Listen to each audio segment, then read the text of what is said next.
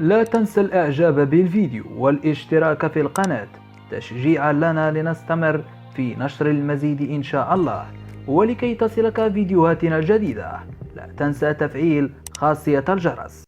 في البداية هذا الفيديو سيتضمن تشكيلتي الوداد الرياضي والرجاء الرياضي في ديربي يوم غد الأحد إن شاء الله.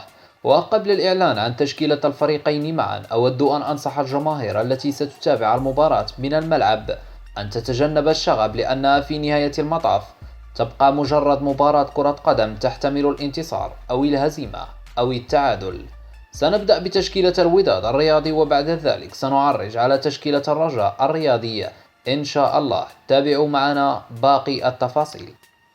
أولا، تشكيلة الوداد الرياضي: حراسة المرمى الحارس أحمد رضا التاغناوتي. خط الدفاع سيتكون من اللاعب عبد اللطيف نصير الذي سيشغل الجهة اليمنى الدفاعية، بينما سيشغل اللاعب محمد النهيري الجهة اليسرى الدفاعية، في حين سيتم الاعتماد على اللاعبين أشرف داري والشيخ إبراهيم كومارا في محور الدفاع. خط الوسط سيتشكل من اللاعب صلاح الدين السعيدي إلى جانبه اللاعب يحيى جبران من أجل كسر هجمات الخصم ومساعدة الدفاع، ثم مد الهجوم بكرات مركزة. أما مركز صناعة اللاعب فسيعتمد فيه على خدمات اللاعب وليد الكارتي. خط الهجوم: في مركز المهاجم الصريح سيعتمد على خدمات اللاعب مايكل باباتوندي، بينما الجناح الأيمن الهجومي فسيشغله اللاعب بدي أوك في ظل غياب اللاعب محمد أوناجم بسبب الإصابة الأخيرة التي تعرض لها في مباراة حسنية أكادير.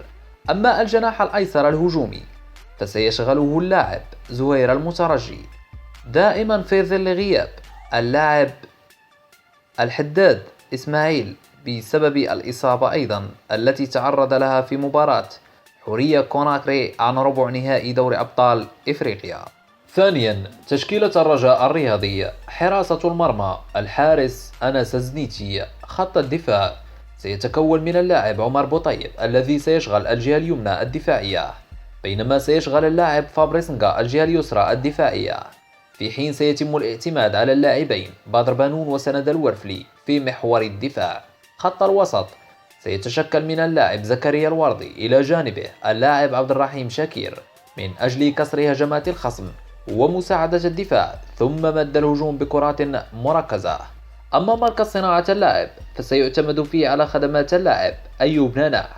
خط الهجوم: في مركز المهاجم الصريح سيعتمد على خدمات اللاعب محمود بن حليب، بينما الجناح الأيمن الهجومي فسيشغله اللاعب سفيان رحيمي.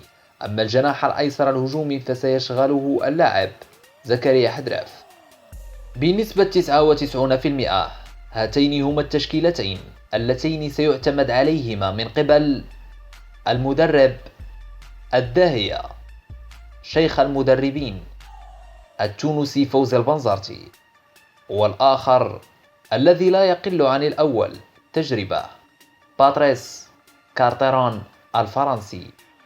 حظ موفق للناديين معا في هذا الديربي الذي يعتبر من بين أبرز ديربيات العالم. شكرا على حسن الإنصات والمشاهدة. دمتم في أمان الله وحفظه.